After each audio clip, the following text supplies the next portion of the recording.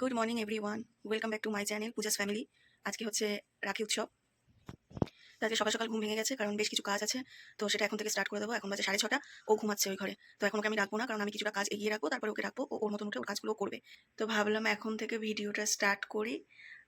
আজকে ওর বোন আসবে, আমার দাদা আসবে, তারপরে বেশ খানিকটা সময় কাটাবো, রাখি উৎসব পালন হবে, তারপরে আবার একসাথে যাব হচ্ছে টেপিদের বাড়ি। তো চলো আজকে ভিডিওটা আশা করি তোমাদের ভালো লাগবে। স্কিপ না করে পুরো ভিডিওটা আজকে দেখো।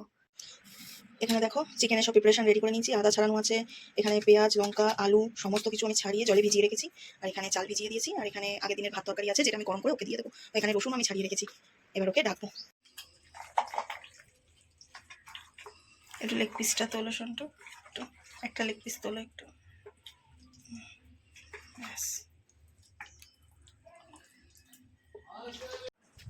স্নান কমপ্লিট হয়ে গেছে, স্নান করেছি, পুজো দিয়েছি, চুলটা বেশ শুকিয়ে গেছে ততক্ষণে। আর দেখো হাতে আজকে এই কালারের নেল পালিশটা করেছি, দু হাতেই করেছি। ওদিকে হচ্ছে আমার চিকেন রেডি। এই দেখো আজকে কুকারে চিকেন রান্না হয়েছে। আজকে চিকেনের আইটেমটা একটু অন্য লেভেলের হয়েছে। আজকে কুকারে করে চিকেন রান্না করা হয়েছে। তো কুকারে যখন ঢাকনাটা খোলা হবে তখন ফাইনাল লুকটা তোমাদের সাথে শেয়ার করা হবে। আর ওদিকে এই যে ভাত ফুটছে, ভাতও অলমোস্ট রেডি, একটু পরে নামিয়ে দেবো। তো সিম্পল করেছি, জাস্ট চিকেনের ঝোল আর প্লেন রাইস, সাথে স্যালাড থাকবে, ব্যাস। কারণ আমরা খাওয়া দাওয়া করে আবার বিকেল বিকেল বেরিয়ে পড়বো সবাই মিলে। তো যে কারণে আজকের খাবারের কোনো সেরকম এটা ওটা সেরকম আইটেম করিনি, জাস্ট সিম্পল খাওয়া, একদম কষিয়ে মাংস ভাত।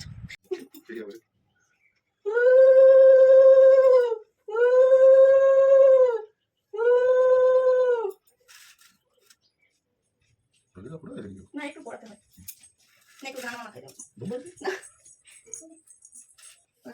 ঘেমে স্নান হয়ে যাচ্ছে। কালকে রাত্রে বাজে ভুগেছি, স্কুলটা নিয়ে রাস্তার মধ্যে বন্ধ হয়ে গেছে, গাড়ি আর স্টার্ট হয় না। এই কে জানে জল ফল ঢুকেছে ওর পাশেরটা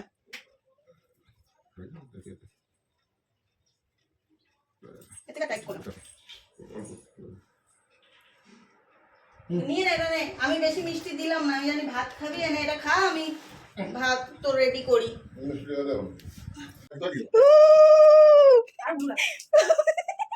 এই কেউ যদি একবার বলে দেন আমার আর বেরোবেই না মুখ দিয়ে। যাওয়ার চেষ্টা করছিলাম, আর হবে না। হ্যাঁ হ্যাঁ, তুই রাখ, রেখে হাত ধো।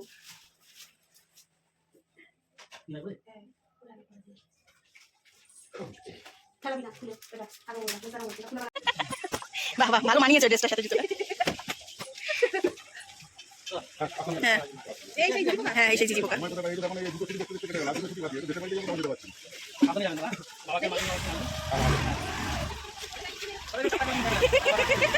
সাবধানে যাস। হ্যাঁ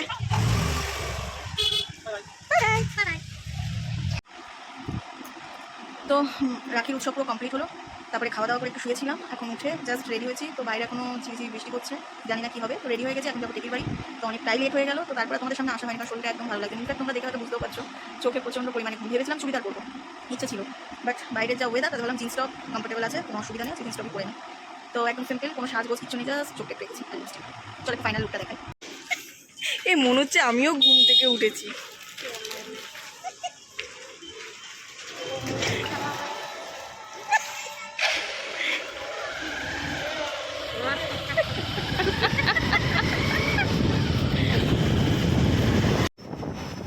পূজাকে ওর জায়গা মতো নামিয়ে দিয়েছি, দিয়ে এখন আমরা সোজা রওনা দিয়েছি টেপির বাড়ির দিকে, কারণ অনেকটা লেট হয়ে গেছে। আর এদিকে হচ্ছে ওরা দুবার ফোনও করেছে আমাদেরকে, কারণ ওরা ওয়েট করছে আমাদের জন্যে। তো চলো যাওয়া যাক। ও সব একসাথে এসেছিল, এবার ওদেরকেও তো না মানে ফেলে আসা যায় না। এসে গেছি টেপির বাড়ি।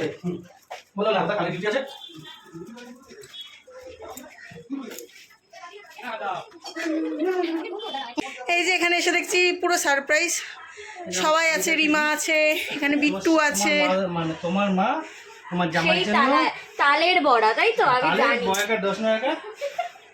আমার মার ঘুম হচ্ছে না। এই যে একজন পাগল মানুষ আছে, সবাই আছে দেখছি। একবার শুনেছি আমার মার ঘুম হচ্ছে না। বাবা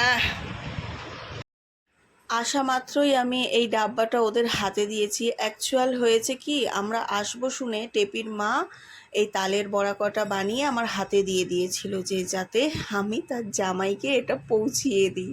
তো যেহেতু ভাইয়ের এখানে আসছিলাম, তো এটা নিয়ে এসেছি, তাই এখন ওর হাতে দিয়েছি। আর ও তালের বড়া খেতে নাকি খুব ভালোবাসে।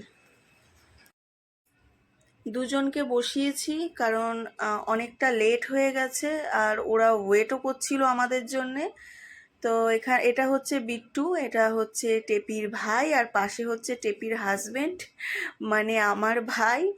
তো এদেরকে এখন রাখি পরানো কমপ্লিট করব। আর এটা তো আমার বিয়ের পর প্রথম রাখি পরানো, দাদাকে পরিয়ে এসেছি, এখন ভাইকে পরাচ্ছি। তো বিয়ের পর এই যে রাখি উৎসব বলো, ভাইফোঁটা বলো, পুজো পার্বণ বলো, একটা অন্য রকমের ফিলিংস কাজ করে। কারণ বিয়ের আগে যে ব্যাপারটা করে এসেছি, বিয়ের পর প্রথম বেশ ভালো লাগছিল। বলতে পারো একটা মানে দায়িত্ব বা কর্তব্য, এটা একটু দ্বিগুণ হয়ে যায়। ভাইফোঁটা দিতাম আমার মাসির ছেলে আর আমার দাদাকেই ভাইফোঁটা দেওয়া হতো, বাট রাখি পরানো হয়নি। তো এইবার ভাইকে রাখি পরালাম। তো দায়িত্ব কর্তব্য বেড়ে গেল, এরপরে সমস্ত কিছু উৎসবে ভাই থাকবে না, সেটা তো হতেই পারে না। তো যাক, সম্পর্কটা যাতে এরমভাবে অটুট থাকে এটাই চাইবো। এদিকে এটা হচ্ছে রিমা, এটা হচ্ছে টেপির মাসি শাশুড়ির মেয়ে, ও আকাশকে রাখি পরালো। হচ্ছে নাকি এখানে, কি হচ্ছে নাকি এখানে? আমাকে ছাড়া দেখ, দেখি সর দেখি টেপি কি পকোড়া টকোড়া বানাচ্ছে। আরে বাস, সেই লেভেলে পকোড়া বানাচ্ছে। ও আর তুমি কি বুঝবে বলো, এখানে টেপি বানাচ্ছে পকোড়া, এটা হচ্ছে চিকেন পকোড়া। পকোড়া বানাচ্ছে, কিন্তু পকোড়ার দিকে তাকিয়ে যাচ্ছে এই যে একজন, এই একজন, দুইজন, এই একজন, তিনজন। আসলে ক্যামেরা অন করে দিয়েছি, এই জন্য সব লজ্জা পেয়ে গেছে। হ্যাঁ, আমি তো এসে জাস্ট একটু দেখতে খেলতে। খাবো খাবো, কিন্তু এখন আগে তোকে দেখে আমার খাওয়ার ইচ্ছেটাই নষ্ট হয়ে গেছে।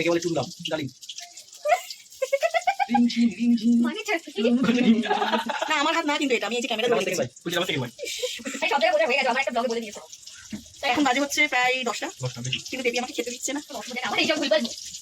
এখনো ভাত হয়নি, কিন্তু আমার না বড্ড খিদে পেয়েছে। কিন্তু কি আর করা যাবে, বেচারা একা হাতে পকোড়া ভাজছে।